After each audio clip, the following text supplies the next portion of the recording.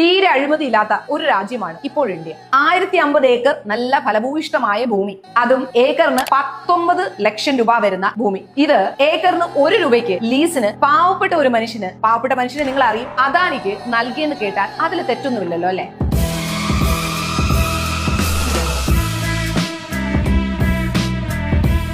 ഇതിന് വികസനം എന്നാണ് സർക്കാർ പേരിട്ട് വിളിക്കുന്നത്. ഇനി കഥയുടെ സാരാംശത്തിലേക്ക് വരാം. ബീഹാറിലെ ഭഗൽപൂർ ജില്ലയിലെ പിർപ്പൈൻഡിയിലെ അദാനി പവർ ലിമിറ്റഡ് 2400 മെഗാവാട്ടിന്റെ താപവൈദ്യുതി നിലയം പണിയാൻ ഒരുങ്ങുന്നു. 26,000 കോടി രൂപയുടെ ഈ പദ്ധതി ബീഹാറിന്റെ വൈദ്യുതി ക്ഷാമം തീർക്കുമെന്നാണ് വാഗ്ദാനം ചെയ്യുന്നത്. പക്ഷേ ഇവിടെ വികസനത്തിന് പകരം ഒരു വിവാദമാണ് തുടങ്ങുന്നത്. 1050 ഏക്കർ ഫലഭൂയിഷ്ടമായ ഭൂമി, അതില് 10 ലക്ഷത്തോളം മാമ്പഴവും ലിച്ചിയും അതുപോലെ തന്നെ തേക്കും തെങ്ങും ഒക്കെയുള്ള ഭൂമി 33 വർഷത്തേക്ക് 1 ഏക്കറിന് വെറും 1 രൂപയ്ക്ക് അദാനിക്ക് നമ്മുടെ കേന്ദ്ര ഗവൺമെന്റ് കൈമാറിയിരിക്കുകയാണ്.